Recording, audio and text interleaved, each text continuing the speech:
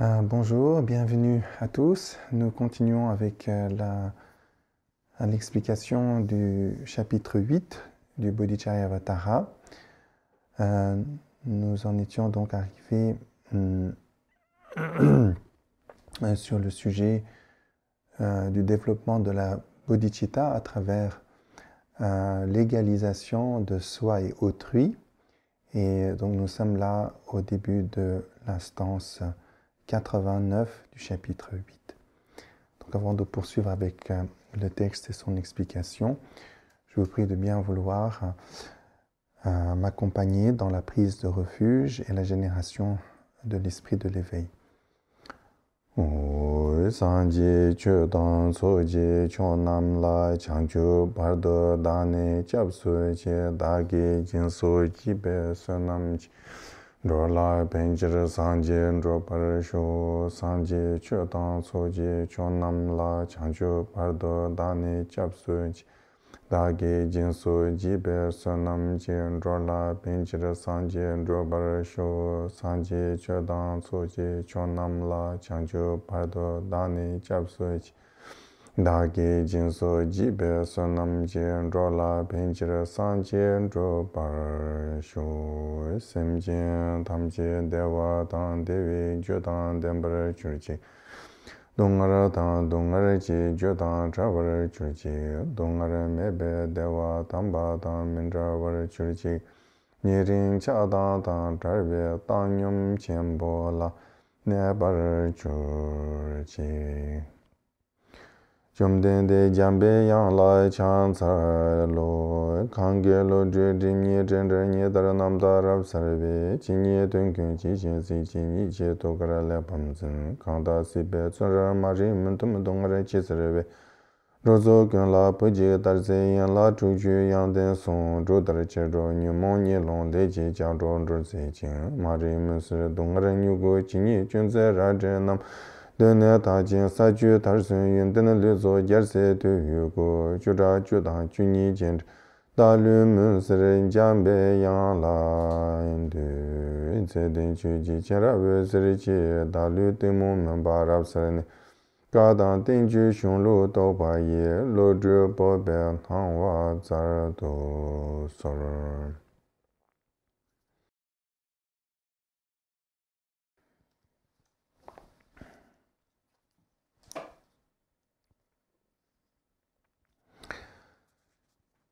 Bien, donc le sujet maintenant qui va de la stance 89 à la stance 110 incluse est le sujet de la pratique qui consiste à, disons, l'entraînement, l'exercice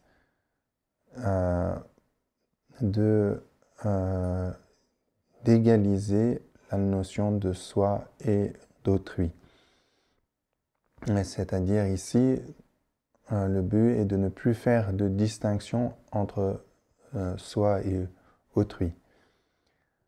Donc peut-être à ne pas confondre avec certaines idées d'égalité que l'on peut avoir dans les conceptions communes, par exemple que nous devons tous être pareils, se ressembler tous dans nos apparences ou dans nos possessions, ou bien que dans une vision aussi limitée, c'est-à-dire il faut donner les mêmes chances à tout le monde. Il ne traite pas de ces notions-là, et le sujet est par rapport à aller à l'encontre de cette attitude que l'on a habituellement, qui est de se chérir soi-même et ne pas chérir les autres. Être indifférent à l'égard des autres, mais être très attaché à l'égard de soi. Donc s'il y a bonheur, c'est moi qui dois l'avoir. Et s'il y a souffrance, eh bien, je le laisse aux autres. Ça, c'est notre attitude ordinaire et habituelle. Or, le point ici est de considérer que, au fond, ce qu'on nomme souffrance et ce que je ne veux pas pour moi-même et les autres êtres à bien regarder, eux non plus ne le veulent pas. Donc c'est à abandonner pour tous. Il n'y a pas de distinction à faire entre éviter de la souffrance pour moi et pas l'éviter pour les autres. Le bien-être, le plaisir, le bonheur, je le veux pour moi, mais tous les autres êtres sensibles également le veulent pour eux-mêmes. C'est ce que tous recherchent. Donc pourquoi le rechercher seulement pour soi et pas pour autrui? Donc l'égalisation de soi et autrui, il s'agit de plus faire cette distinction où on est indifférent à l'égard des autres et soucieux de soi, c'est-à-dire tout autant qu'on élimine la souffrance pour soi, il faut éliminer la souffrance d'autrui, tout autant que l'on recherche son bien-être, il faut rechercher le bien-être d'autrui. Alors, ce point-là est présenté en détail dans le texte. Donc, nous allons lire le texte ensemble, si vous voulez bien. Donc, nous commençons avec l'instance 89. Par des réflexions de ce genre, sur l'excellence de la solitude, apaisant les conceptions, je devrais cultiver l'esprit de l'éveil. Donc, cette instance-là fait écho au sujet que l'on a vu précédemment dans ce chapitre. Et le thème qui a précédé directement le sujet qui commence à présent, qui est la recherche de la solitude, l'excellence de la solitude, les qualités de la solitude. Ayant compris cela, je vais me retirer des préoccupations futiles et puériles et aussi des agitations de l'esprit, de toutes les réflexions sur le passé, sur le futur, sur tous mes différents jugements qui suscitent ou représentations, imaginations qui suscitent en moi désirs, etc., de toutes les fictions que j'entretiens dans mon esprit qui sont à la base de désirs, haine, aversion, etc., que j'éprouve, afin que mon esprit lui-même aussi puisse demeurer en solitude, dans la quiétude, et ainsi apaisant les conceptions et les afflictions, que devrais-je faire? Eh bien, cultiver la bodhicitta, ici traduit par l'esprit de l'éveil. Je dois d'abord m'efforcer de cultiver l'égalité de moi-même et des autres. Je dois les protéger tout comme moi-même, car nous sommes égaux devant le bonheur et le malheur. Donc, il me faut ici cultiver l'esprit de l'éveil. Donc, l'esprit de l'éveil, nous avons vu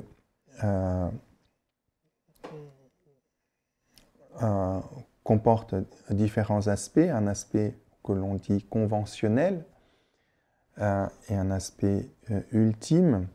Et donc, il nous faut d'abord commencer avec l'aspect conventionnel, la bodhicitta dite relative au conventionnel, puisque cette forme-là de bodhicitta nous est plus accessible, car si nous n'avons pas encore cultivé la sagesse, nous ne sommes pas familiers avec le sens de la sagesse, nous ne savons pas la cultiver, il est difficile de cultiver dès lors la bodhicitta ultime. Donc on peut, bien que égaré par la saisie de jeu et autrui, néanmoins cultiver la bodhicitta. Il s'agit ici de la bodhicitta donc conventionnelle.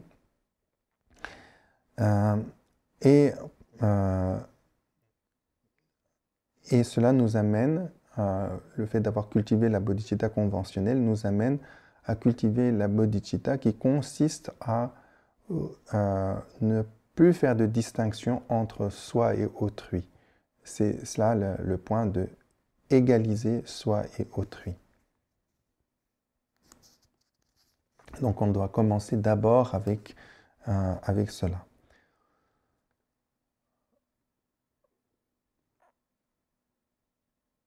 Alors, pourquoi, on pourrait dire, pourquoi devons-nous cultiver cela? Car le bien-être, c'est ce que nous-mêmes, ainsi que tous les êtres sensibles, voulons. Et le mal-être, la souffrance, la douleur, c'est ce que nous ne voulons pas nous-mêmes. De même, on peut observer que tous les êtres sensibles ne le veulent pas. Donc je pense que dans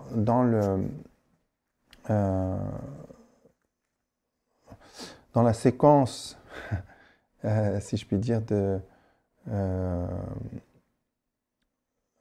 l'exercice de développer cette égalisation de soi et autrui, on doit d'abord réellement être conscient de ce point-là, de l'égalité entre tous les êtres sensibles par rapport au fait de vouloir le bien-être et éviter la douleur. Comme nous avons vu auparavant, on peut remarquer les êtres sensibles préoccupés par un tas d'activités. On voit autour de nous les êtres humains et les animaux s'agiter. On peut se poser la question, que poursuivent-ils tous? Eh bien, ils poursuivent différentes choses, évidemment, mais toutes ces choses sont vues comme moyen de leur procurer du bien-être et comme moyen pour leur éviter la douleur, la souffrance. Donc, en tant qu'être humain, il est très facile pour chacun de voir qu'il en est de même pour les autres êtres humains. Donc, les autres êtres humains, tout comme moi, souffrent de la douleur, tout comme moi, aiment le plaisir, le bien-être. Il n'y a aucune différence, en fait.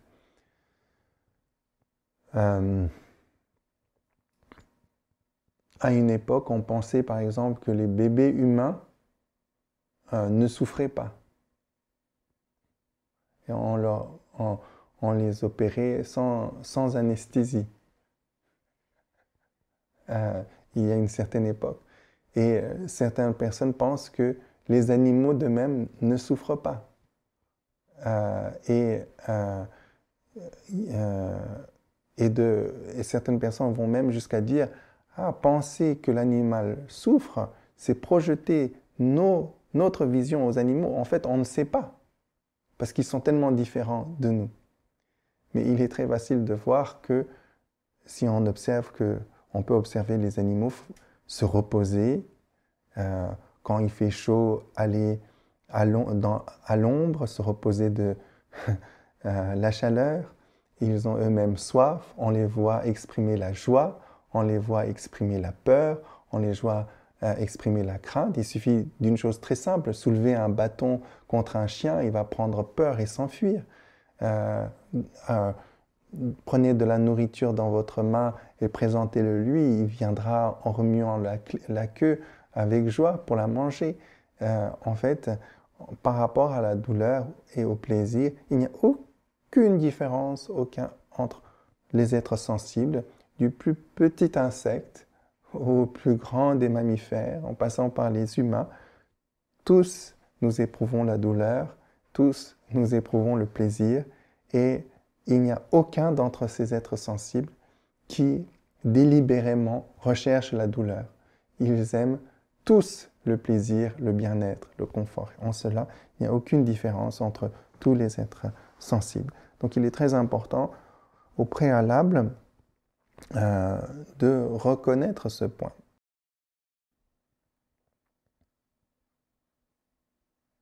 Donc en cela, il n'y a aucune différence entre les êtres sensibles. Nous sommes tous pareils, nous sommes tous égaux en cela.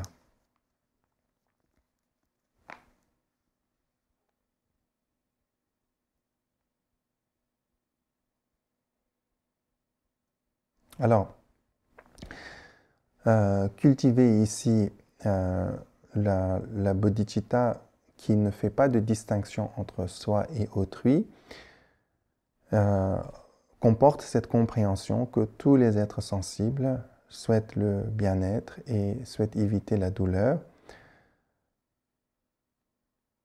Donc, de ce fait-là, le bonheur que je souhaite pour moi-même, je le veux également pour les autres êtres sensibles. La douleur que je ne souhaite pas pour moi-même, je ne le veux pas non plus pour les autres êtres sensibles. Et si d'autres êtres sensibles l'éprouvent, par tout moyen, tout comme j'essaierai d'éliminer la souffrance que j'éprouve, je chercherai à éliminer la souffrance des autres êtres sensibles. D'avoir cette intention et cette attitude-là, c'est euh, euh, l'égalité de soi et autrui en relation avec la bodhicitta. C'est-à-dire, tout comme je cultiverai, tout comme je veux le bien-être pour moi, je le veux également pour les autres êtres sensibles. Tout comme je ne veux pas la douleur pour moi, je ne veux pas la douleur pour les autres êtres sensibles. Et je l'éliminerai tout comme je cherche à éliminer la douleur que j'éprouve. Quand cette attitude-là est réellement sincère, qui n'est pas, comment dirais-je, une formulation artificielle, juste une conception, mais réellement, du fond du cœur, c'est ce que l'on souhaite le plus sincèrement.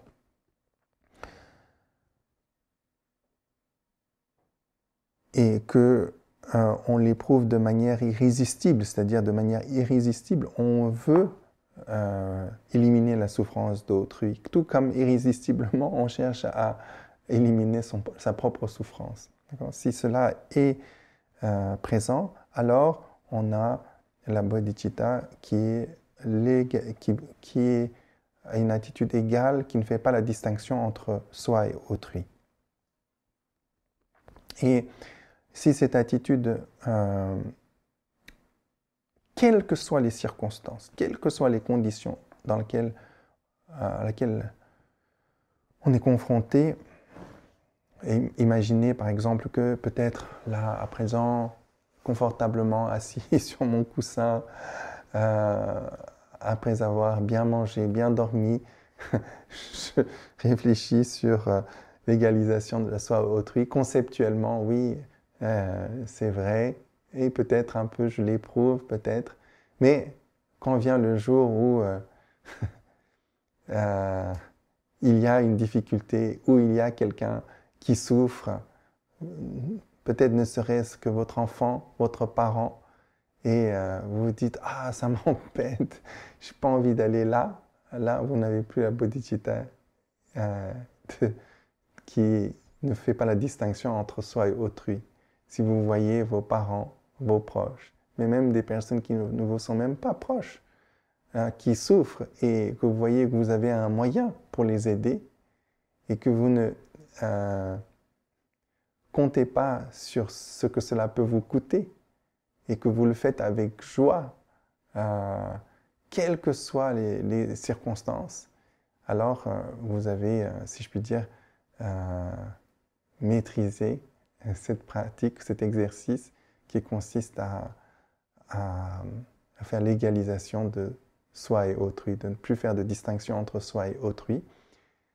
Et particulièrement, à force de s'exercer dans cette attitude, cela devient spontané. On n'a même plus besoin de penser que je dois faire ceci, que il n'y a pas de différence entre moi et autrui. À force de cet exercice, cela devient parfaitement spontané. Alors,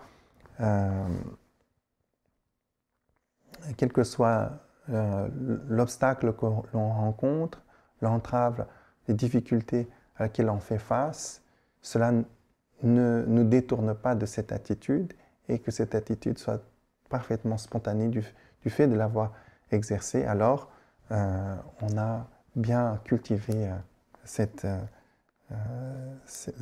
la bodhicitta qui consiste à ne plus faire de différence entre soi et autrui.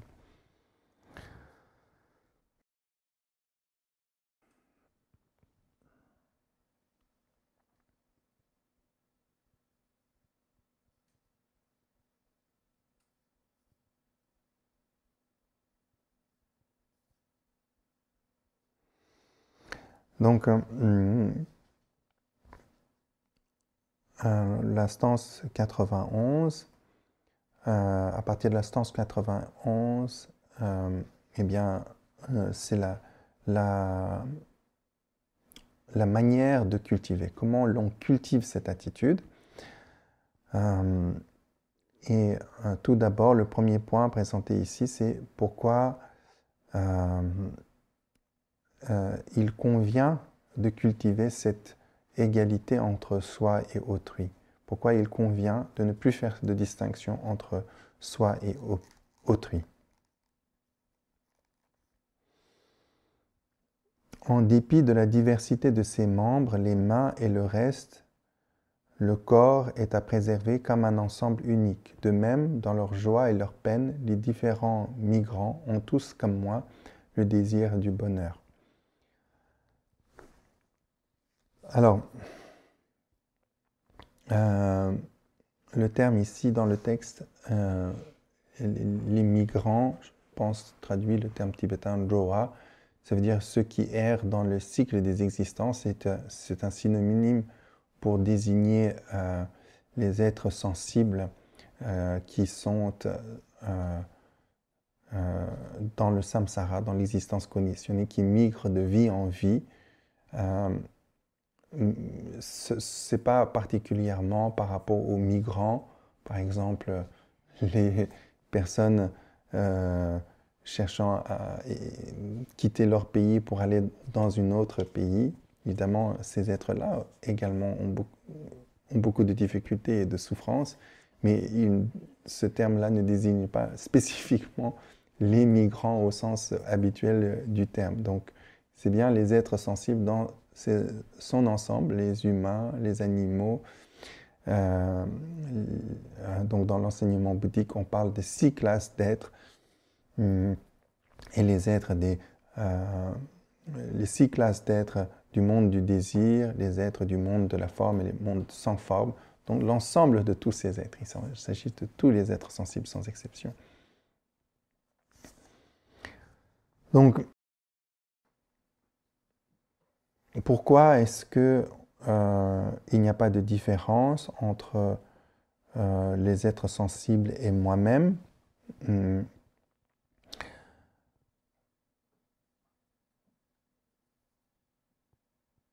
C'est quelque chose que l'on peut directement percevoir. C'est quelque chose que l'on peut remarquer directement, que, en somme, il n'y a pas de différence entre moi et autrui par rapport à la recherche du bien-être et à l'évitement de la douleur et de la souffrance.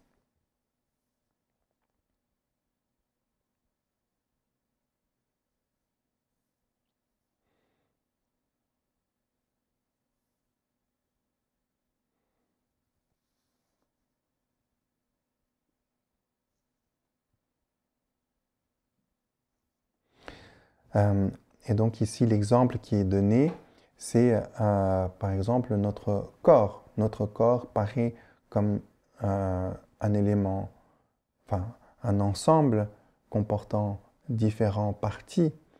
Donc quand,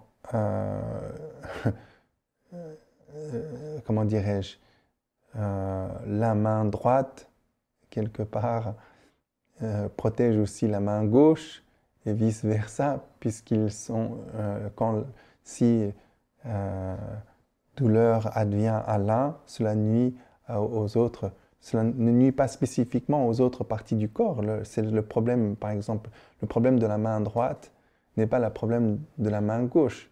Mais néanmoins, la main gauche doit soigner et aider, par exemple, la main droite qui a mal. De la même manière, parce que la douleur est un problème dans son ensemble. Et de la même manière, il faut considérer tous les êtres sensibles comme ayant le même problème, la douleur. Et donc il convient de s'efforcer à éliminer la douleur de tous les êtres, même si cela n'est pas la mienne en particulier.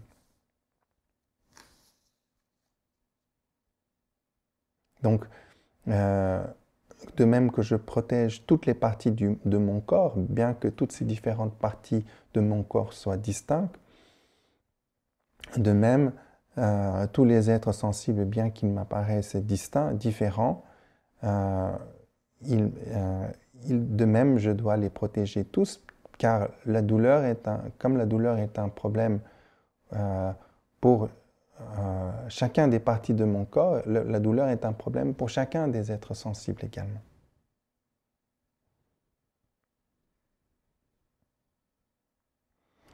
Il y a, de même qu'il y a une unité par rapport à mon corps, il y a une unité entre tous les êtres sensibles, et cette unité est que on est pareil par rapport, face à la douleur, face à l'évitement, face au fait que nous voulons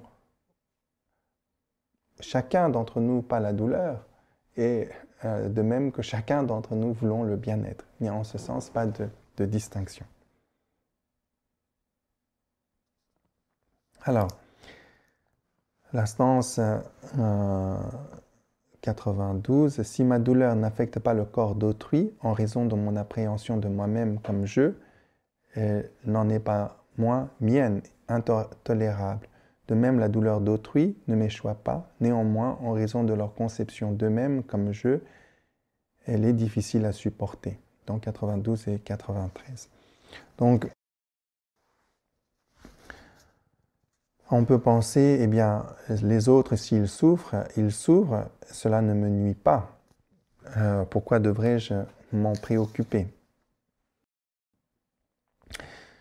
De même que quand je souffre, cela n'affecte pas les autres êtres sensibles, mais la souffrance, quand je l'éprouve pour moi, elle m'est insupportable.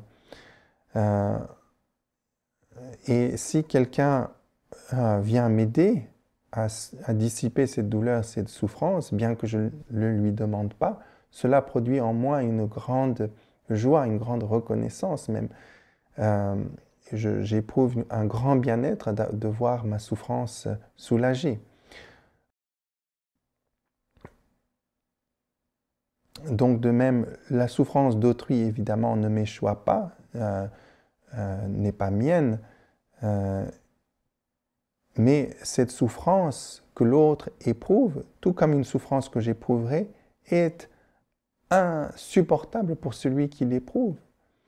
Et si je dissipe cette souffrance d'autrui, je procure à l'autre un très grand bien-être, une très grande joie, et cela est quelque chose de profondément vertueux, méritoire, et a des conséquences extrêmement bienheureuses.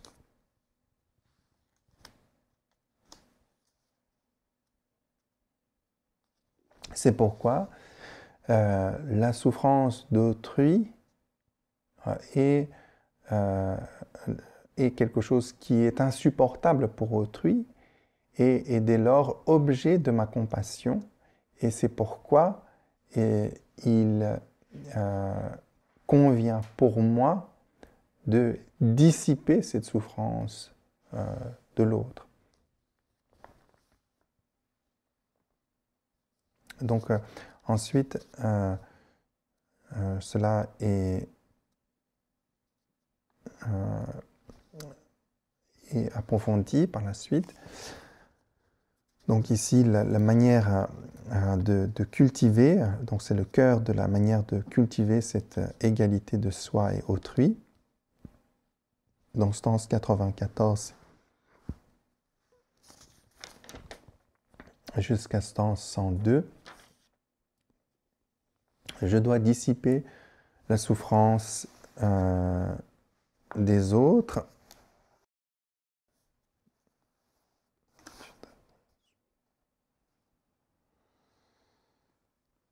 donc je dois dissiper la souffrance, pardon, je reprends la lecture. Je dois dissiper la souffrance des autres parce qu'elle est souffrance, comme la mienne. Je dois aider les autres parce que ce sont des êtres vivants comme moi. Quand moi-même et autrui sommes identiques dans notre désir de bonheur, qu'ai-je donc de particulier? Pourquoi m'appliquerais-je à mon seul bonheur? Et quand moi-même et autrui sommes identiques, dans notre refus du malheur, qu'ai-je donc de particulier? Pourquoi me préserverai-je et pas les autres? Leurs douleurs ne m'atteignent pas, je ne les protège pas. Mais alors, pourquoi me protéger des souffrances futures qui ne m'atteignent pas présentement? La pensée que je connaîtrai la souffrance de la vie future est erronée, car autrui celui qui meurt, autre celui qui renaît. Face à la souffrance, on se protège soi-même. La souffrance de la main n'est pas celle du pied. Pourquoi alors le protège-t-elle? Quoi qu'illogique peut-être, cela procède de l'appréhension d'un soi. Ce qui est irrationnel pour moi-même et autrui doit à toute force être éliminé. Ce qu'on nomme continuité et agrégat est faux comme rosaire ou armée. Il n'existe pas de possesseur de la souffrance, par conséquent, qui pourrait la contrôler? En l'absence de possesseur de la souffrance, toutes les distinctions entre soi et autrui sont inexistantes. Il faut la dissiper parce qu'elle est douleur. Pourquoi suis-je assuré de la nécessité d'éliminer ma douleur et non celle des autres? Alors, l'instance 94, comment cultiver cette égalisation de soi et autrui.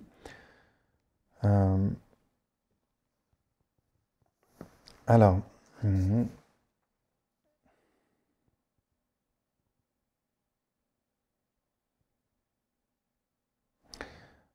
je dois dissiper la souffrance des autres parce qu'elle est souffrance. Donc ça, c'est un point très important. La souffrance est ce qui n'a aucune utilité pour soi ou pour autrui. Elle n'est d'aucun bienfait pour soi ou autrui.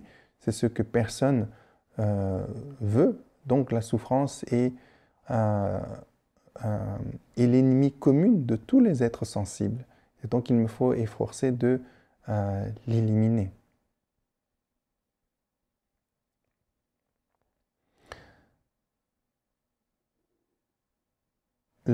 Il me faut, quand moi-même et autrui sommes identiques dans notre désir de bonheur, qu'ai-je donc de particulier? Alors, de même que j'évite la douleur, de même je souhaite le bien-être pour moi, et tous les êtres sensibles également souhaitent leur propre bien-être. Donc ça, c'est l'objectif commun. Pourquoi ne m'efforcerais-je pas à accomplir le bonheur, pas simplement pour moi, mais aussi pour ceux des autres, également, pareillement, sans distinction. Puisque c'est ce que chacun veut, chacun souhaite. Le bien-être, c'est ce qui est utile et bienfaisant pour moi, de même que pour les autres. Tous les êtres sensibles sont pareils, égaux en ce qu'ils ne veulent pas la douleur et qu'ils veulent le bien-être.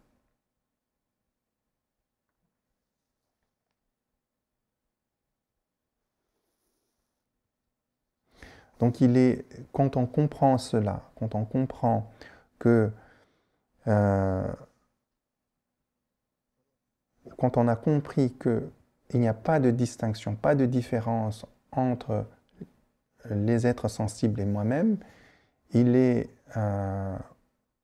contradictoire à cette compréhension que d'œuvrer que pour son bien et pas pour ceux des autres, et ne pas chercher à éliminer la souffrance d'autrui et seulement la sienne.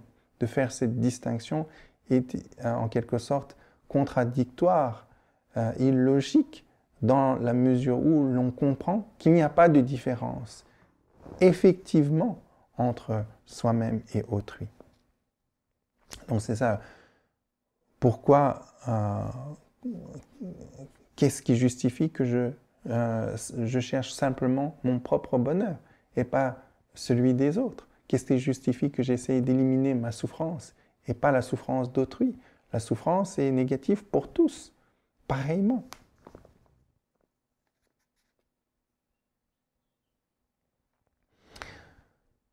Donc,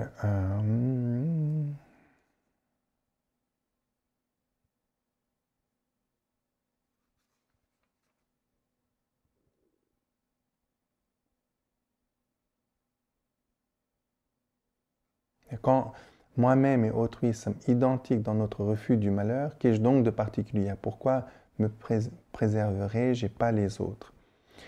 Alors, ça, on a vu le sens de ce point également. Donc, stance 97, leurs douleurs ne m'atteignent pas, je ne les protège pas. Mais alors, pourquoi me protéger des souffrances futures qui ne m'atteignent pas présentement? Donc ici, peut-être on va dire, mais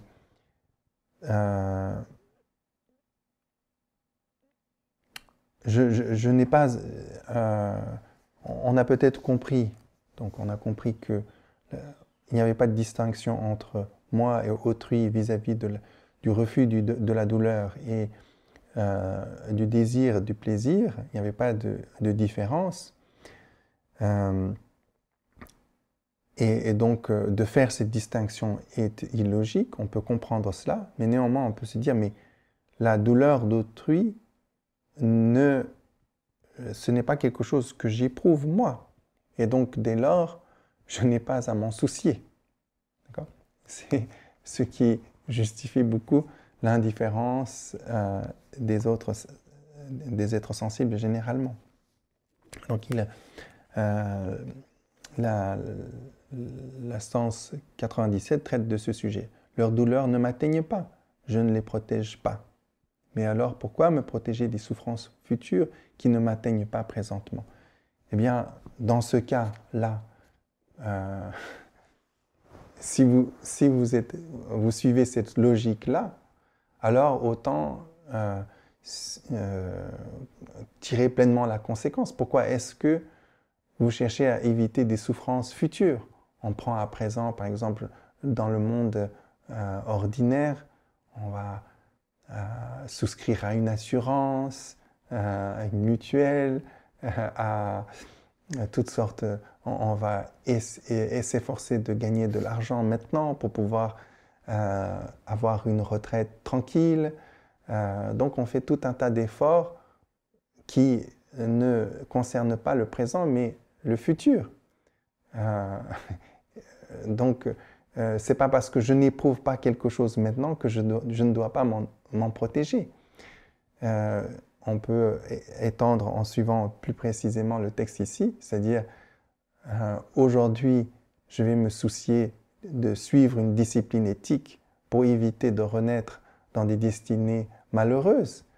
Donc, je me soucie non pas simplement du futur de cette vie, mais de ma vie prochaine, après cette vie. Et je m'efforce maintenant de me protéger de la douleur future que je peux éprouver. Et donc, ce n'est la simple raison que je n'éprouve pas quelque chose n'est pas une raison de ne pas s'en protéger. On le fait déjà. Mais si on suit cette logique vis-à-vis d'autrui, alors pourquoi devrais-je me protéger par rapport au futur? Donc ça, c'est la logique de cette stance. La pensée que je connaîtrai la souffrance de la vie future est erronée, car celui qui meurt, autre, celui qui naît, autre. Mais bon, peut-être on va dire, mais il y a quand même une distinction. Il me sied de me protéger des malheurs futurs que je vais éprouver, alors que ce que autrui éprouve, cela ne me concerne pas. C'est pas je, c'est autrui. Alors là, Shantideva dit, mais telle est bien la conception la plus fictive qui soit. Et on ne peut pas trouver l'existence de je.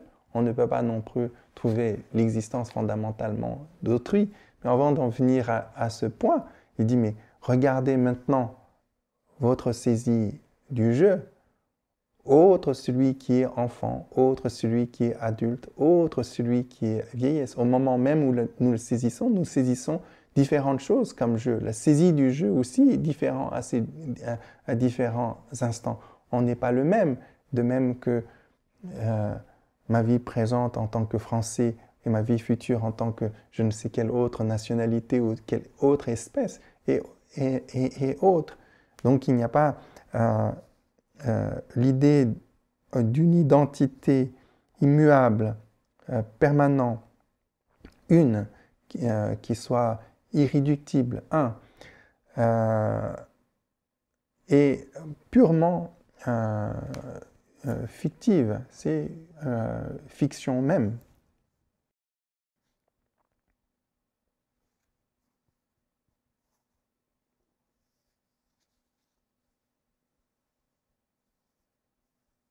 Et cette fiction, nous pouvons, il ne s'agit pas d'une théorie, d'une conception, d'une imagination, d'une sorte de projection sur notre réalité. C'est pas comme si, en effet, on était je et un, et que les bouddhistes pensent qu'il n'y a pas de je et ont cette théorie et cette croyance.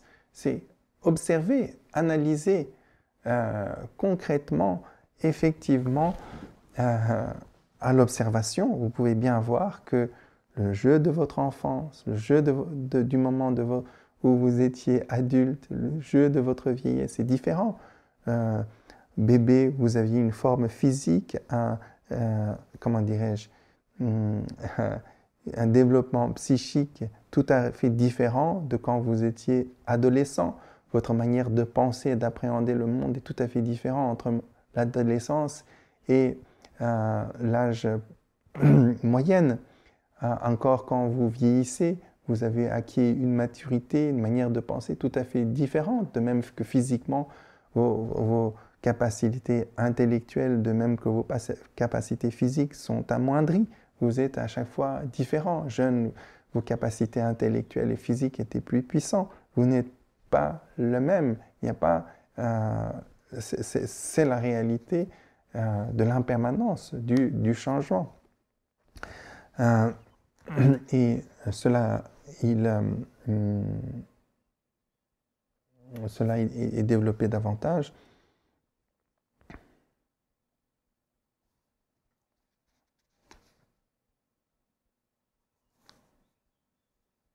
Donc le corps, l'esprit sont impermanents. Il n'y a rien qui demeure de même. Stance 99. Face à la souffrance, on se protège soi-même. La souffrance de la main n'est-elle pas celle du pied? Pourquoi alors la protège-t-elle?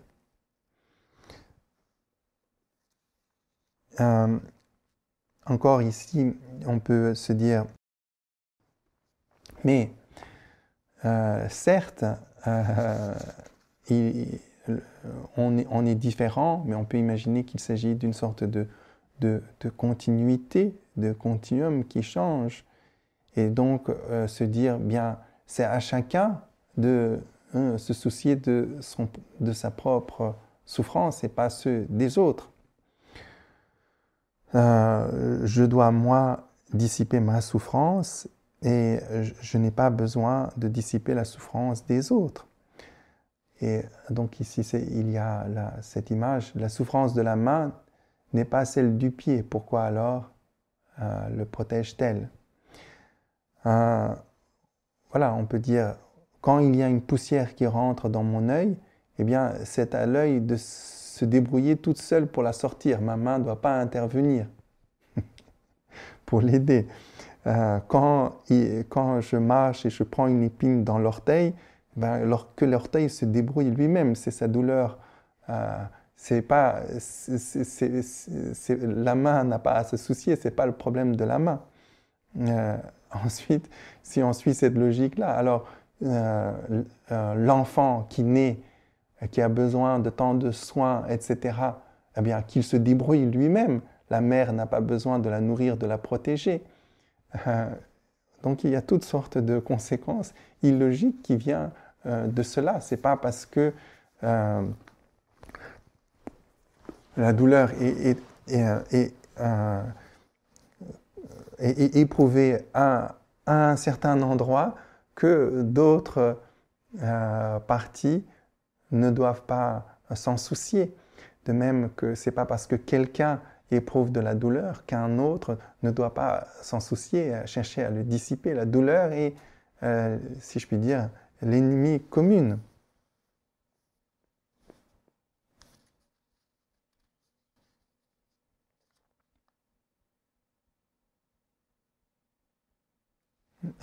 Alors, stance 100. Quoi qu'illogique peut-être, cela procède de l'appréhension d'un soi. Ce qui est irrationnel pour moi-même et autrui doit à toute force être éliminé.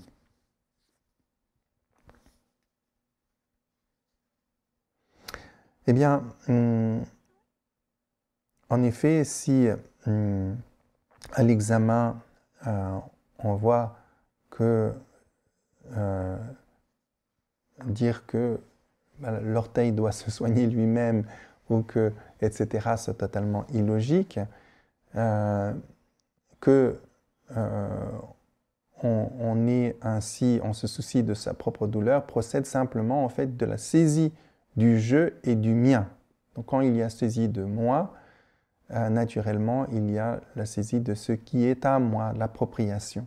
Donc, cette distinction de c'est ma douleur et je dois me soucier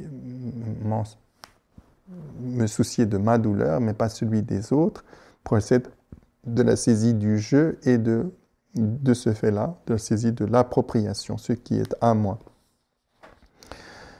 Donc, cette distinction procède temporairement ou c'est une vision conventionnelle qui est biaisée et fictive. Le je, même au niveau conventionnel, c'est-à-dire ici à la perception conventionnelle, n'est pas quelque chose que l'on peut trouver. C'est-à-dire, on peut s'appuyer sur notre perception ordinaire, conventionnelle, commune, et chercher le je.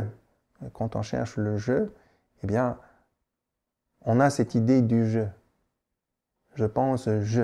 Mais qu'est-ce que c'est? À quoi correspond-il? Est-ce qu'il y a une réalité qui lui correspond? Il faut se poser cette question. Et examiner. Le corps est, nous disons ordinaire, à moi. N'est pas le moi, mais c'est ce que le moi possède. De même, on va dire que l'esprit est à moi. Donc on imagine souvent, en fait, dans notre langage, c'est comme si le je était autre que le corps et l'esprit, une entité à part entière qui était propriétaire du corps et de l'esprit. Or, un tel je est introuvable. Tout ce dont nous sommes simplement un ensemble physique, ce corps, un ensemble psychique, notre esprit, avec ses différentes facettes, les 51 facteurs mentaux, par exemple. Donc, nous sommes cet ensemble. Et il n'y a pas autre chose que cela. Donc, le je que l'on s'imagine comme autre, il est imperceptible, intangible, jamais personne. C'est juste simplement une conception, une fiction. Il ne correspond à aucune réalité. Tout ce qu'il y a, c'est des éléments psychophysiques. Et chacun de ces éléments psychophysiques sont impermanents. Ils changent. Il n'y a aucune permanence comme la permanence du je que l'on saisit, comme étant une même, sans changement. On ne le trouve pas. Les éléments psychophysiques eux-mêmes, on peut les imaginer comme un ensemble, mais ils comportent chacun des parties. Chacun de ces parties sont divisibles. On ne peut pas trouver un élément dans nos constitutions psychophysiques qui ressemble à ce que l'on peut nommer le je. Il n'y a rien que l'on puisse désigner dans nos éléments psychophysiques comme étant réellement correspondant à l'idée du je. Donc on ne trouve le je ni en nous, en ce sens dans notre esprit ou dans notre corps, ni en dehors de nous, quelque chose qui soit autre que notre corps et esprit. Donc il s'agit d'une fiction. Puisque le je est fiction, l'idée même du mien est fiction. C'est à moi que ces choses sont à moi, ou que ce corps est à moi, que cet esprit est à moi, également, est purement fiction.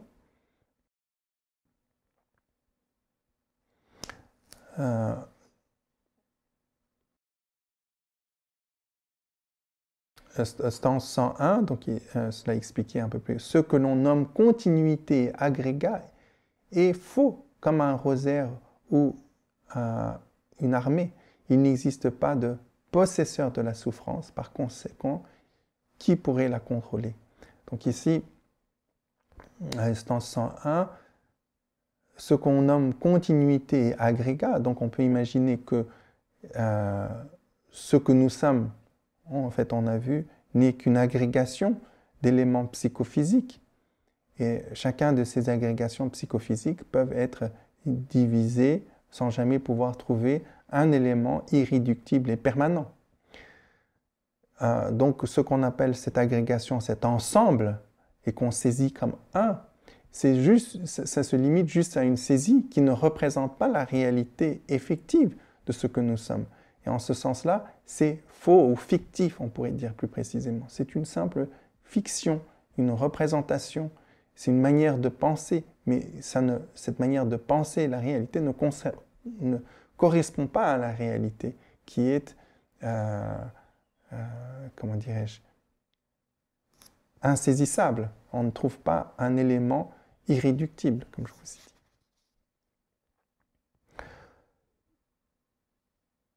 Donc il prend ici l'idée de continuité et d'agrégation. Donc on a vu pour l'agrégation, la continuité aussi,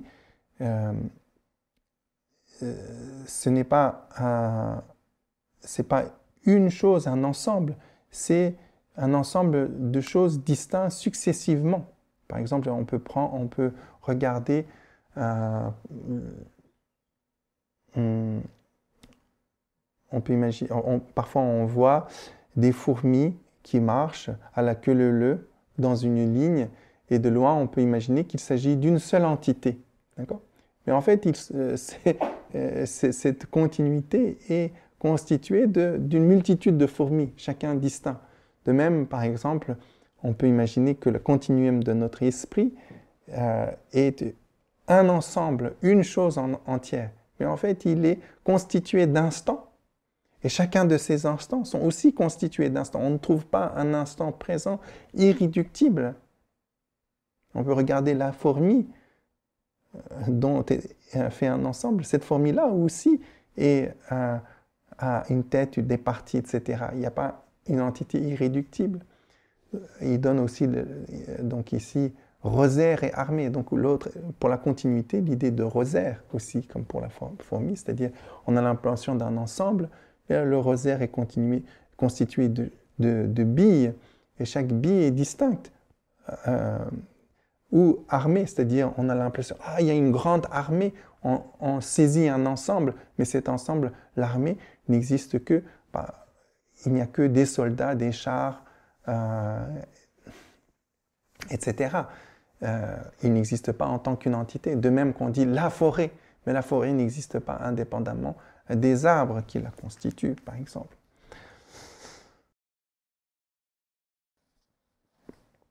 Donc, il s'agit simplement d'une agrégation et d'une continuité, et cette continuité et cette agrégation n'existent pas en tant que telle, en tant qu'une entité. C'est simple fiction également, simple projection, simple manière de penser, mais ne correspond pas à la réalité. La réalité ne sont que ces éléments distincts dont leur nature irréductible et introuvable sont en somme, en ce sens, vacuité.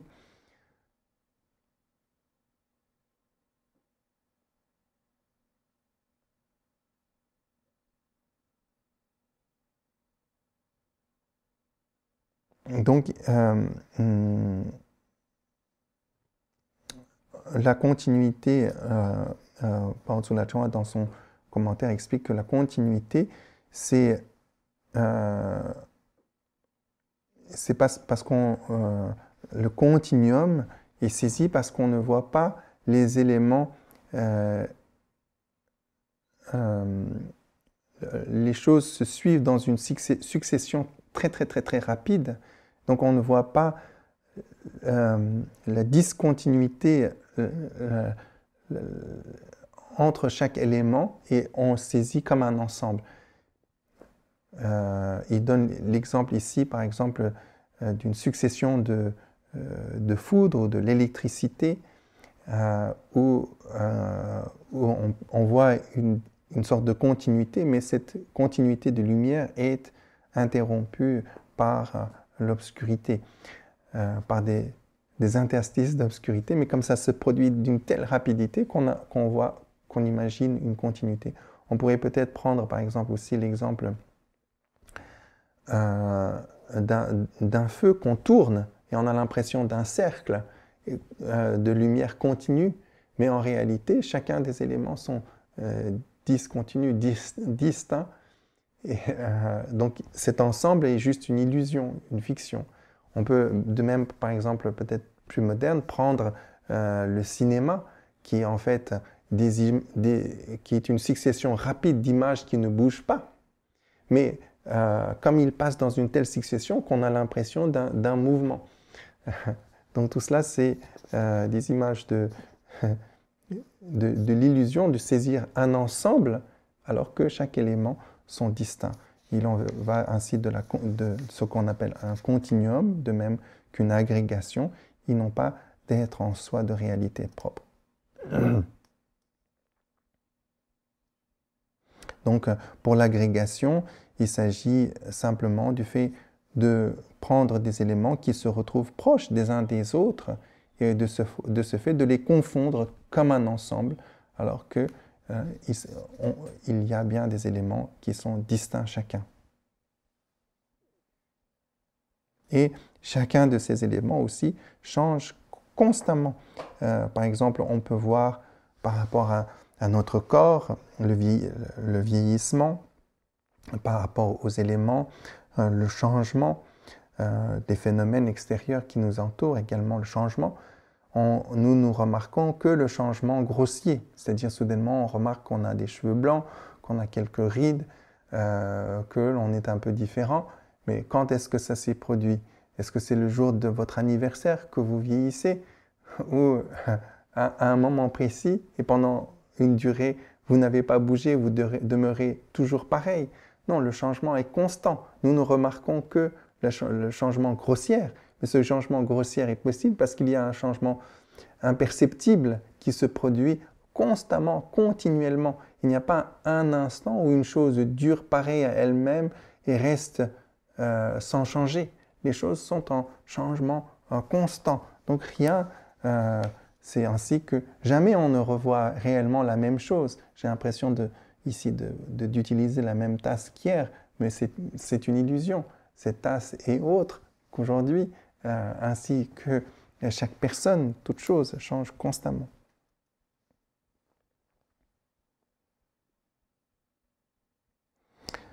Donc, l'ensemble, une agrégation ainsi a des parties, que ce soit le corps ou n'importe quel élément, et ces éléments ont eux-mêmes parties. Donc, on peut ici utiliser par exemple le fameux exemple du char. Un char est fait de différents éléments, de roues, d'essieux, etc. On peut prendre une voiture ou ce corps est fait d'une tête, de nos 4 membres, etc. Donc, on saisit un ensemble, mais cet ensemble n'existe pas en lui-même réellement. Il n'y a que les parties. Mais chacun des parties, si on regarde, on imagine, il y a la main, il n'y a pas le corps, mais il y a la main. La main aussi n'est fait que des doigts, etc. Et de ces différentes parties. Et chacun de ces parties, on peut ainsi aller jusqu'à l'atome. Et l'atome aussi a des parties. Et les particules subatomiques ont également des parties. On ne trouvera jamais un élément irréductible qui fonde substantiellement la réalité, ni un instant de temps irréductible, de durée irréductible qui ne change pas.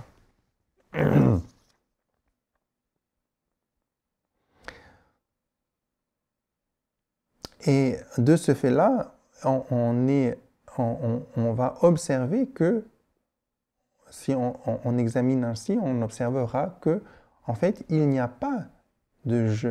Le je, cette idée de moi en tant qu'un permanent, est pure fiction. C'est insaisissable. On observe l'insaisissabilité de l'ego. C'est une pure fiction. Il n'a pas d'existence.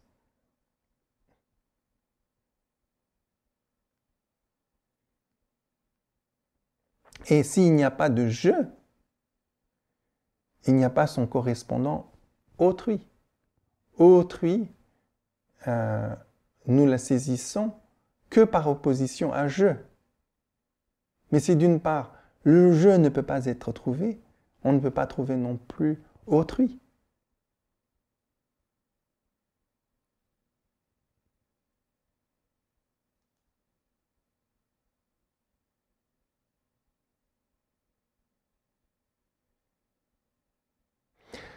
Donc, ainsi, si on ne trouve pas le je, le propriétaire, on ne peut pas trouver sa propriété, son plaisir ou sa douleur.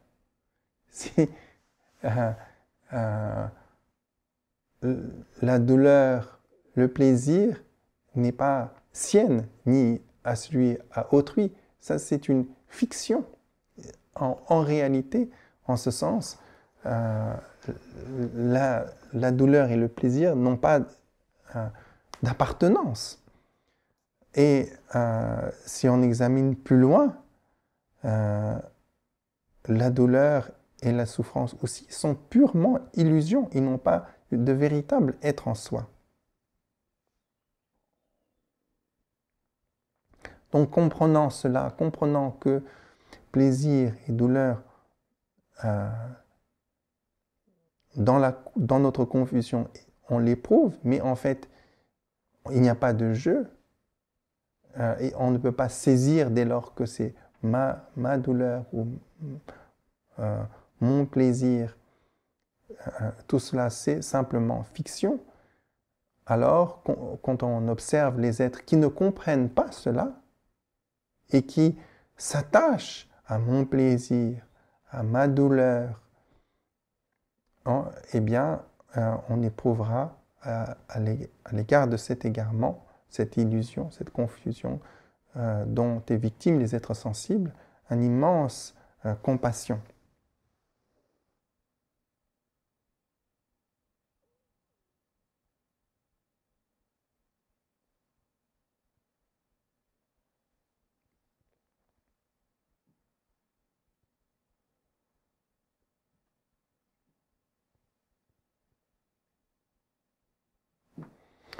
Et donc, si on comprend cela, eh bien, on évitera toute distinction entre ma douleur et celui d'autrui. La douleur qui est manifeste par l'illusion est à éliminer pour tous. Le bien-être est à développer, cultiver pour tous. On ne fera plus cette distinction qui est pure illusion. Et cette distinction entre soi et autrui qui est pure illusion, pure confusion.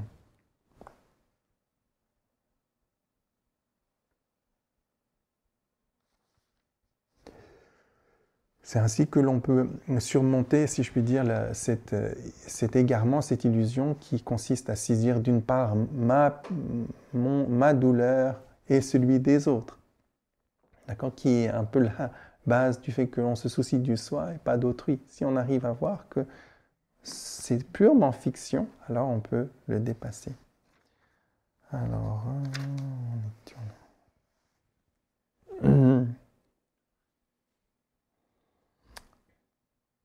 c'est le point ici. En l'absence de possesseur de la souffrance, toutes les distinctions entre soi et autrui sont inexistantes. Il faut la dissiper parce qu'elle est douleur. Pourquoi suis-je assuré de la nécessité d'éliminer ma douleur et non celle des autres?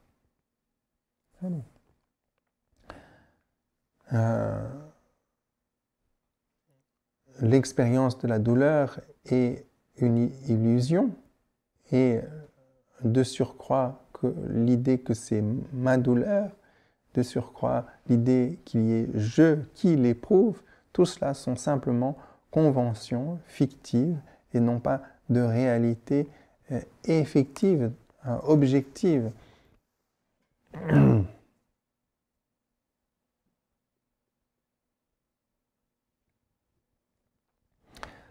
Alors vient ici ensuite une partie qui concerne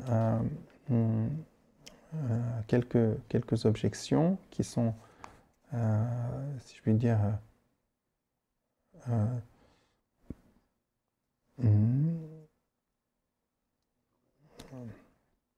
qui sont dissipées ici. Donc, puisqu'il n'existe ni la souffrance ni son possesseur, pourquoi m'opposerais-je à la douleur de tous?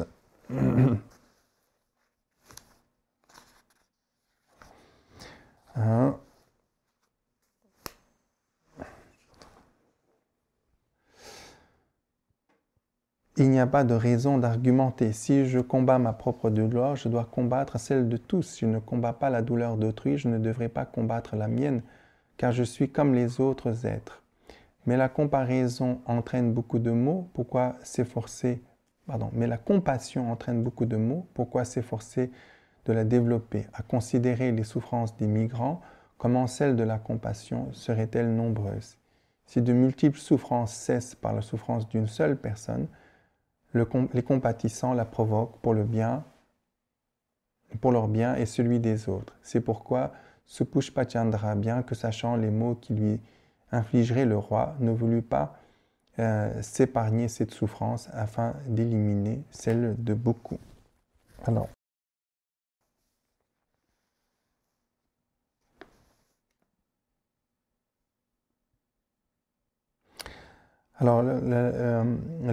l'objection, c'est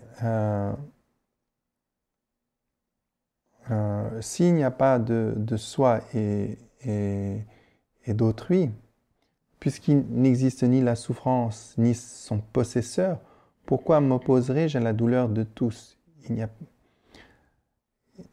Donc ça c'est l'objection, si je puis dire, la critique.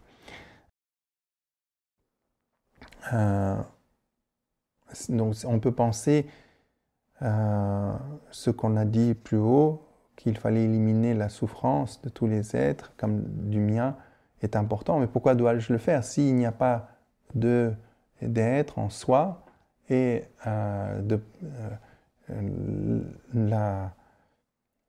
on ne peut pas trouver l'existence du possesseur de la souffrance et donc de la souffrance possédée et donc de la souffrance elle-même? Pourquoi devrais-je m'en soucier? On peut penser cela.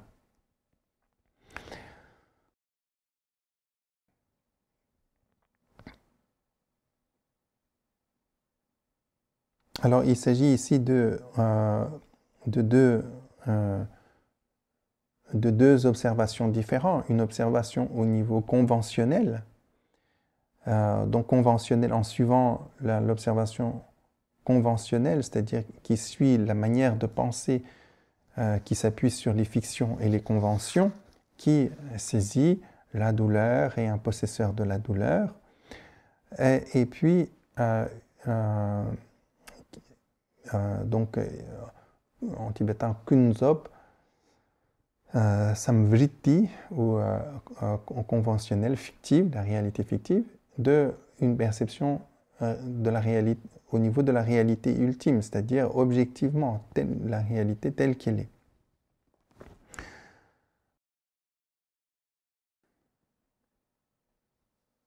Donc il ne faut pas confondre, c'est-à-dire il ne faut pas dire que ces deux perceptions ici, au niveau de la pratique, s'opposent en ce sens que la première manière de voir correspond à la manière de voir des êtres ordinaires. On peut s'appuyer sur cela, mais on la transcende.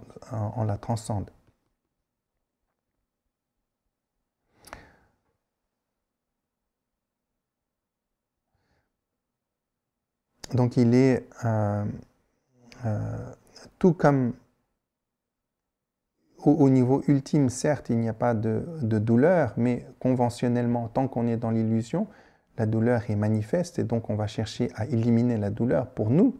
S'il est vrai que l'on doit chercher à éliminer la douleur pour nous-mêmes, il est tout autant vrai qu'il nous faut chercher à éliminer la douleur des autres. Bien, même si ultimement cela n'a pas de réalité ultime, relativement, tant qu'on est dans la confusion, c'est quelque chose qu'il nous faut éliminer pour chacun. Donc chacun cherche à éliminer et le Bodhisattva cherche à éliminer non pas simplement la sienne propre, mais également celui des autres êtres sensibles. Si je combats ma propre douleur, je dois combattre celle de tous. Si je ne combats pas la douleur, je ne devrais pas combattre la mienne, car je suis comme les autres êtres.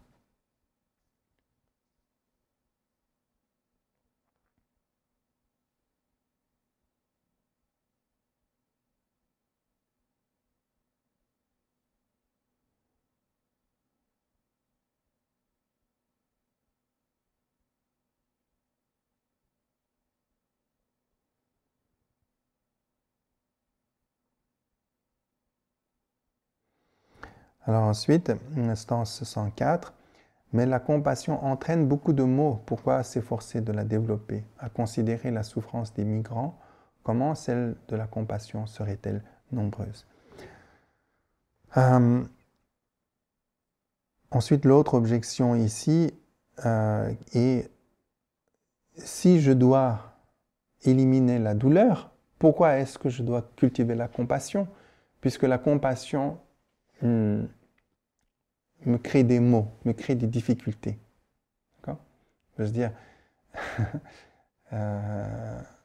voilà, mais la compassion entraîne beaucoup de maux. Pourquoi s'efforcer à la développer? Donc l'idée ici, sous-jacent à ce point, c'est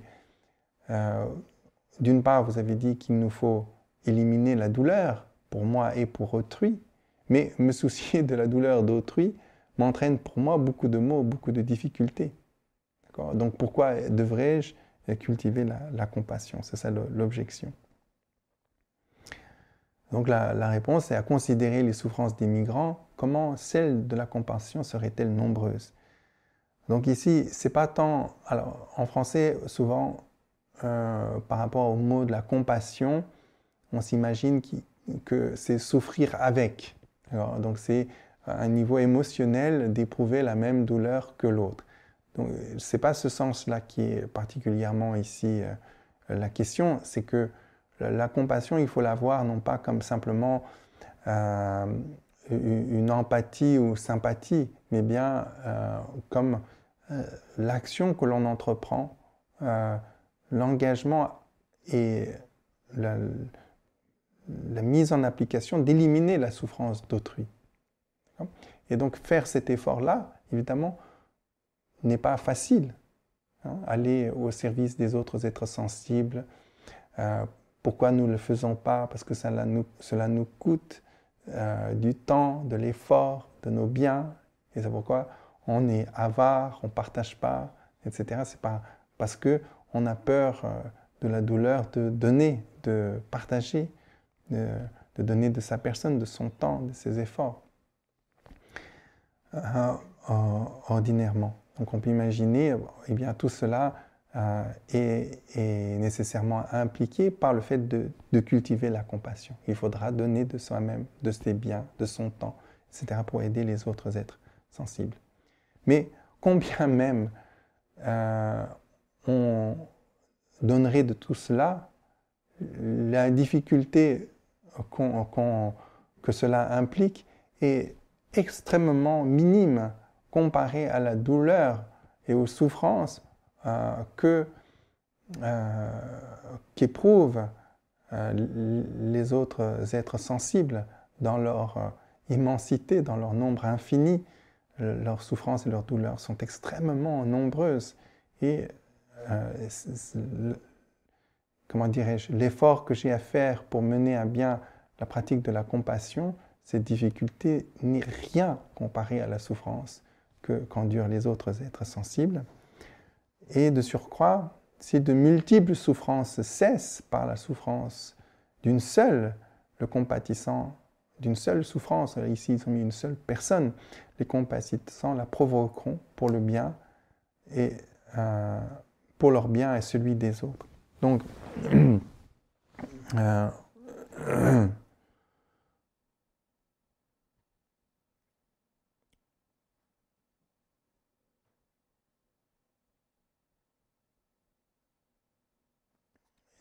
d'autre part, donc le point c'est non seulement il ne faut pas comprendre ici c'est mal comprendre la compassion que de la comparer à de la douleur et aux difficultés. Les difficultés liées à la compassion sont absolument rien face à la souffrance des autres êtres sensibles, mais de surcroît, la compassion, c'est mal à comprendre si on la comprend comme douleur ou comme souffrance, comme difficulté. Il comporte également de la joie.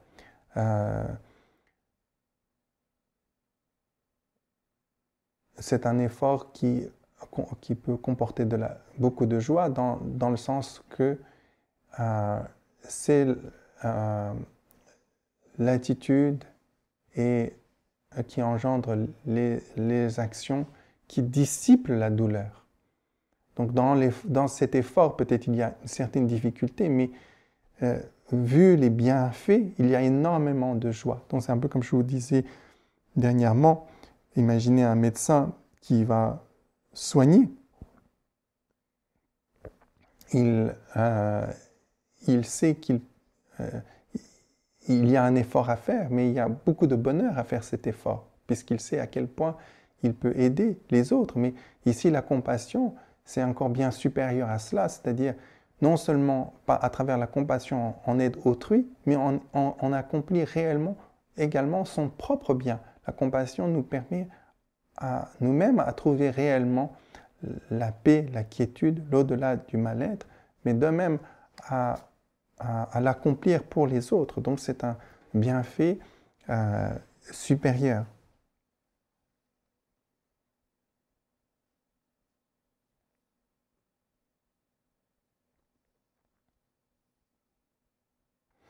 Donc c'est peut-être temporairement, à présent, dans l'effort, il y a certaines difficultés, certaines souffrances même peut-être, mais à cause de cela, grâce à cela, disons plutôt, grâce à cela,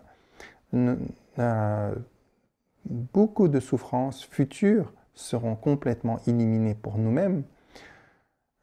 Et cette difficulté que j'entreprends à présent n'est non seulement utile pour moi, mais également extrêmement utile pour les autres êtres sensibles, et pas simplement à un nombre limité, à un nombre très grand d'êtres. On peut être utile à un très grand nombre d'êtres. Donc s'il existe une souffrance qui permet d'éliminer beaucoup d'autres souffrances, pourquoi ne la cultiverais-je pas?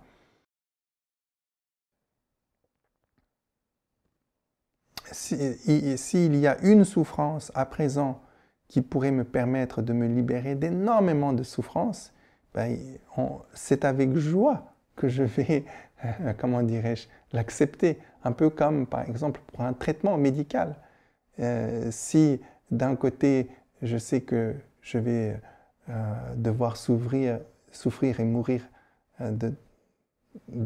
dans d'atroces souffrances, mais qu'à présent, en éprouvant une petite douleur, je vais l'éviter, bien sûr, cette petite douleur, on l'accepte avec joie. Comme par exemple, pour rester dans l'actualité, avec la piqûre d'un vaccin. Vous voyez, vous devez, peut-être vous allez, si vous n'êtes pas protégé, eh bien, mourir asphyxié dans d'atroces douleurs. Vous pouvez dire, bah, je ne voudrais pas, je n'aime pas les aiguilles, ça me fait très peur de me faire piquer, c'est extrêmement douloureux et difficile, donc je vais risquer de mourir asphyxié. C'est un peu illogique. Donc si on est à même d'accepter cette petite douleur qui peut nous éviter de très grandes douleurs, pourquoi ne le ferions-nous pas? Et donc les difficultés liées à la compassion sont de même, c'est-à-dire si réussi à présent à être généreux, à aider les autres êtres sensibles, à les servir, à les aider quand ils sont malades ou autres, ou faire l'effort de partager sa connaissance du dharma, etc., peut comporter quelques difficultés. Ces difficultés sont absolument rien et difficultés que l'on entreprend avec joie si on en connaît les bienfaits. Et cette partie-là, le sens 106, conclut avec l'histoire de Supushpa-Chandra. C'est pourquoi Supushpa-Chandra, bien que sachant les maux que lui infligerait le roi, ne voulut pas s'épargner cette souffrance afin d'éliminer celle de beaucoup. Donc il s'agit d'un récit donc je vais résumer ici. Donc lié au récit des vies antérieures du Bouddha, donc un maître Supushpa-Chandra a vu par sa clairvoyance que s'il allait enseigner un lieu qui pourrait aider un très grand nombre d'êtres sensibles, mais que cela allait susciter la jalousie du roi et que de ce fait-là, qu'il risquerait de perdre sa vie et que le roi aussi pourrait renaître dans des destinées inférieures. Mais voyant que la douleur de la perte de sa vie, mais aussi le mal que le roi allait subir en conséquence à ses actes, était bien inférieur au bien qu'il pouvait apporter à tous ces êtres, il décida d'aller enseigner en ce lieu et il y enseigna pendant 7 journées et au bout de ce temps, le roi avec sa suite arrive dans ce lieu où était présent ce maître qui enseignait, et voyant tous les êtres en admiration devant ce maître, il éprouva de la jalousie en disant: tous ces êtres vont suivre cette personne-là et je vais perdre moi ma royauté. Et donc il s'avança pour tuer cette personne. Ses fils cherchaient à l'empêcher. Cela ne faisait que susciter davantage sa jalousie et sa haine. Donc il ordonna à son bourreau de tuer ce maître. Et donc on lui trancha les membres et la tête. Mais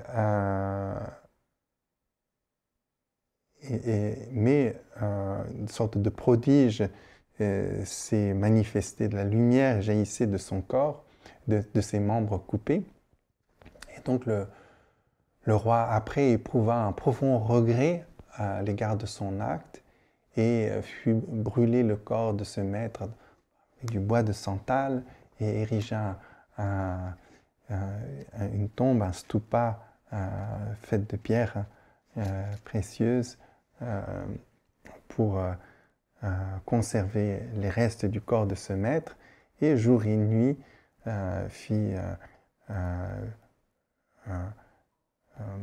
comment dirais-je, confessa sa faute, essaya de purifier sa faute. Il essayait de purifier sa faute d'avoir tué ce maître. Mais malgré cela, il a pris renaissance pendant un temps dans les enfers. Mais par cette connexion, il progressa néanmoins sur la voie. Et en fait, le roi était le Bouddha dans une vie antérieure. Donc, il y a cette récit-là. Donc, on voit ainsi que les bodhisattvas acceptent d'endurer beaucoup de difficultés s'ils voient qu'ils peuvent aider beaucoup d'êtres sensibles. Alors vient ensuite l'instant 7. Ici, il parle davantage des bienfaits, donc de bienfaits de cette attitude d'égalité de soi et autrui. Ainsi, ceux dont l'esprit est accoutumé à l'égalité de soi et autrui prennent plaisir à apaiser la douleur des autres et entrent dans l'enfer intolérable, tels des cygnes plongeant dans un étang de lotus.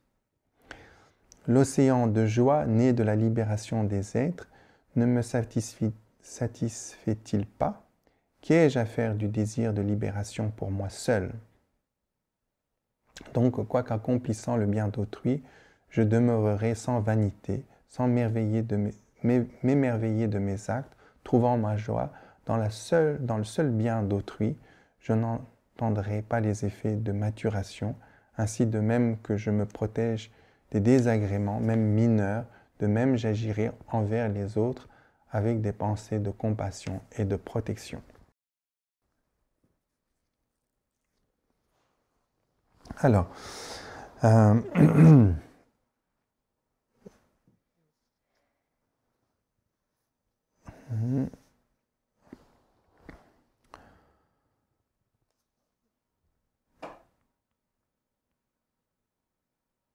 donc si ainsi l'on cultive au niveau conventionnel l'égalité de soi et autrui, et au niveau ultime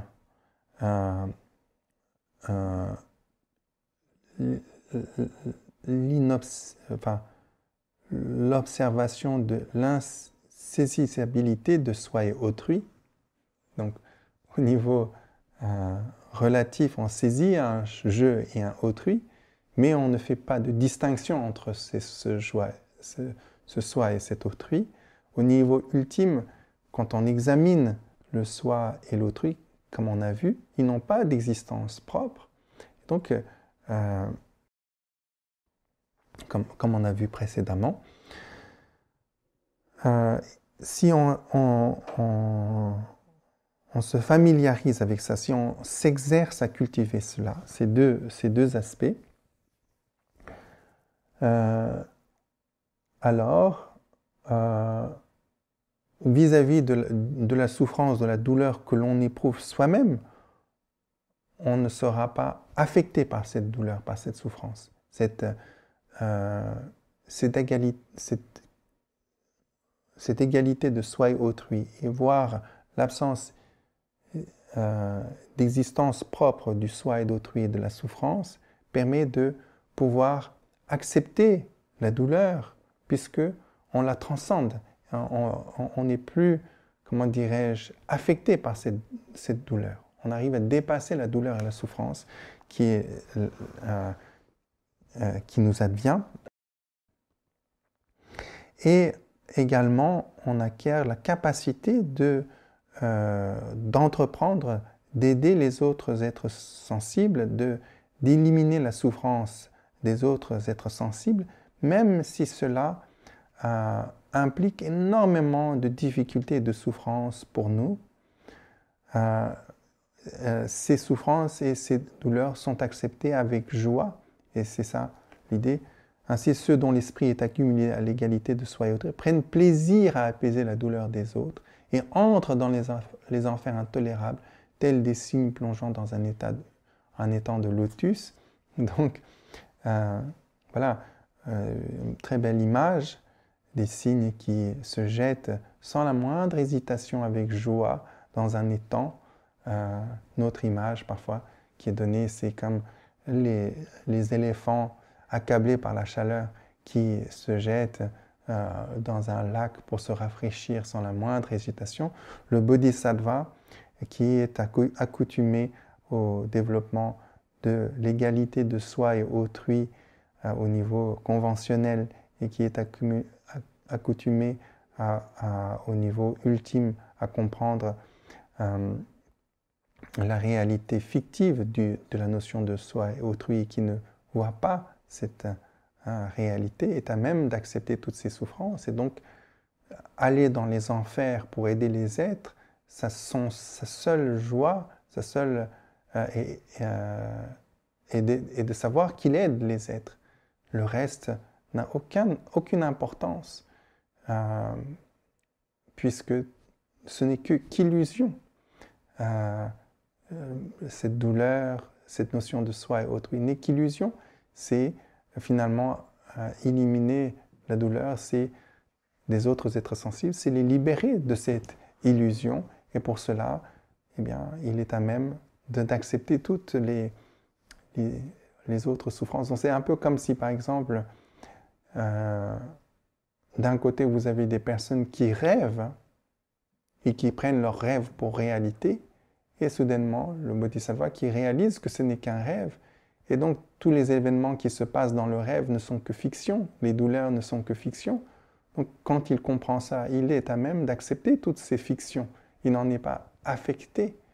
Et s'il voit qu'il peut aider les êtres temporairement dans leurs rêves à avoir moins de douleurs et plus de bien-être, et ultimement à sortir complètement de ce rêve, eh bien, il est prêt à accepter toutes les fictions de douleur, puisqu'ils ne sont que fictions, et il ne prouve que de la joie dans le fait de pouvoir aider les êtres. Donc cette douleur même apparaît pour le Bodhisattva comme une source de joie. Au lieu de le rebuter, de l'empêcher d'agir, au contraire, l'encourage à agir.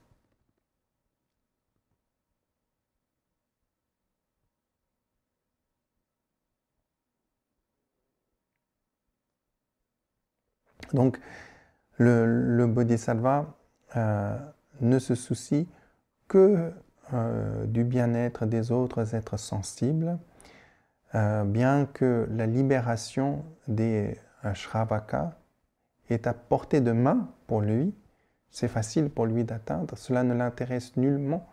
Il ne souhaite que le bien-être des autres êtres sensibles, c'est cela qui est source de joie pour lui.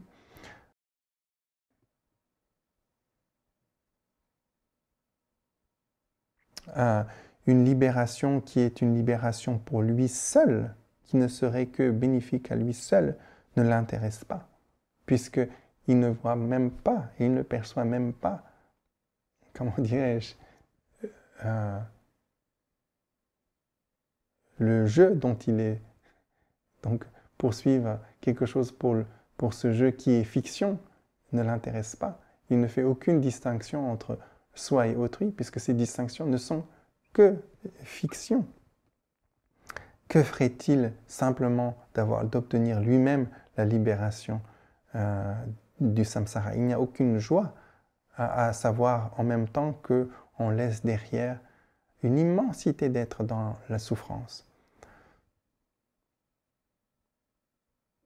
Donc vous voyez, si réellement on cultive cette attitude d'égalité de jeu et autrui, toute cette attitude qui est d'avoir plus pour soi et de pouvoir quelque part jouir soi-même tout seul, tout en sachant que d'autres n'ont pas, et de pouvoir accepter cela est impossible. Souvent on est là, on prend plaisir et on sait que d'autres souffrent, mais cela ne nous soucie nullement. Si réellement on a cette égalité entre jeu et autrui, alors juste du plaisir pour soi ne nous procure aucun plaisir. Le seul plaisir qu'on trouve, c'est lorsque l'on peut le partager, lorsque l'on sait qu'on peut donner à autrui. Le plaisir d'autrui est une plus grande source de plaisir pour moi que la mienne propre.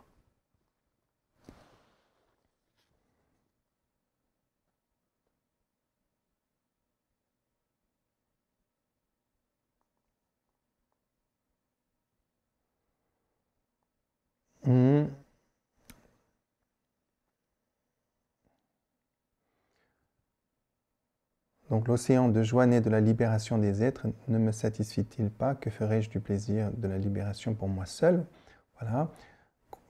Donc 109. Donc, quoiqu'accomplissant le bien d'autrui, je demeurerai sans vanité, sans m'émerveiller de mes actes, trouvant ma joie dans le seul bien d'autrui, je n'en entendrai pas les effets de maturation. Donc ici, le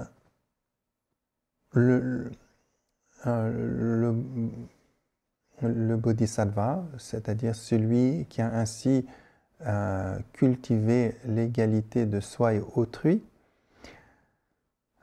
conventionnellement et ultimement, est à même d'aider un nombre incalculable d'êtres et se consacrera entièrement au bien des autres êtres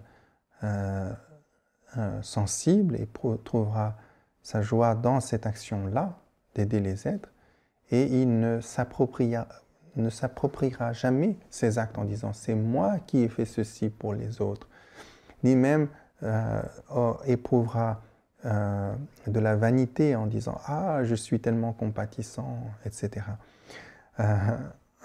Ou il ne s'émerveillera pas non plus des efforts, etc., qu'il a fait pour les autres. Et il n'attendra, il fera ça tout à fait, aujourd'hui on dirait gratuitement, c'est-à-dire de manière complètement désintéressée, sans rien attendre en retour, de la part des personnes pour qui il a fait ces actes, ni même de la part des conséquences positives des actes qu'il a accomplis. Il n'est même pas attaché aux conséquences karmiques bénéfiques de ces actes. Il ne le fait que mu d'amour et de compassion pour les autres êtres sensibles, de manière complètement désintéressée.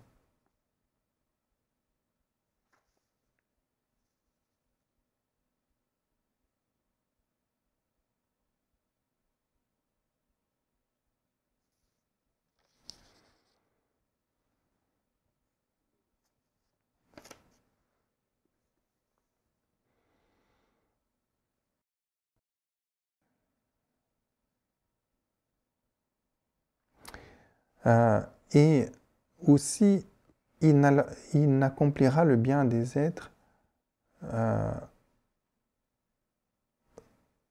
que dans cette finalité. Il n'espérera même pas l'obtention de l'éveil pour lui-même, puisqu'il sait que tous les phénomènes sont indissociables de la réalité de l'éveil.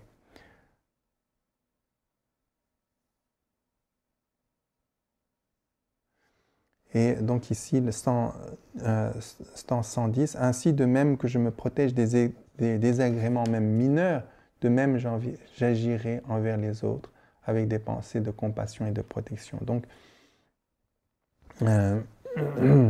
comme je me protège parfois de choses mineures comme des reproches des autres, etc., j'essaie de faire attention à ce que jamais je ne rencontre quelques difficultés de souffrance ou de circonstances par lesquelles les gens me disent du mal de moi, etc. Je me protège moi tout le temps.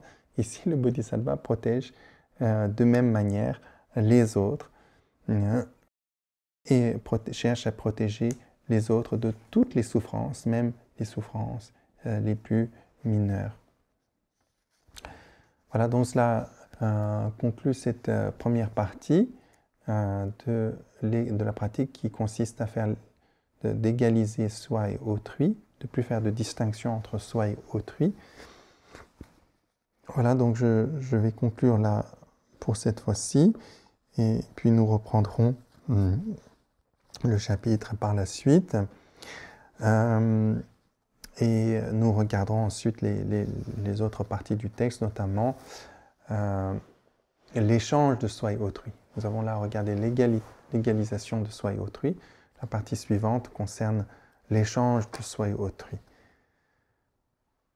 Je vous remercie pour votre attention et votre écoute.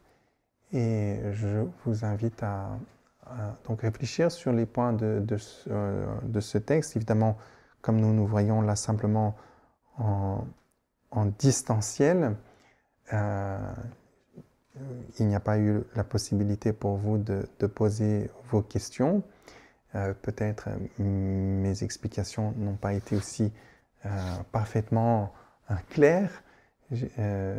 Donc, j'espère que dans l'avenir proche, nous aurons, quand cela sera à nouveau possible, de nous retrouver en présentiel, comme il est dit aujourd'hui.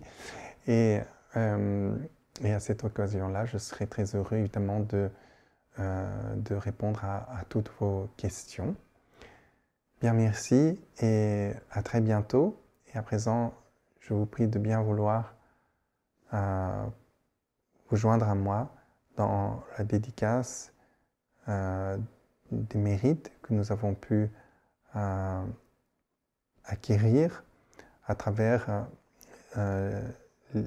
l'étude de l'enseignement du Bouddha à travers, qui nous est présenté dans le Bodhisattva Charyavatara par le grand maître Shantideva. Puisse ce mérite permettre à ce que toutes les souffrances de l'univers se dissipent, disparaissent à jamais, et que tous les êtres sensibles puissent, sans exception, accéder au bien-être temporaire et au bien-être ultime de l'éveil. Sonam diye tamche sekbanye toni nyebe ranam pamchini chekana je balat trupai sibe solen rowan rowar sho. Chanjub sem jo rimbuchi ma je panam cheju cheba nyamba me pata kone konde pewar sho. Merci.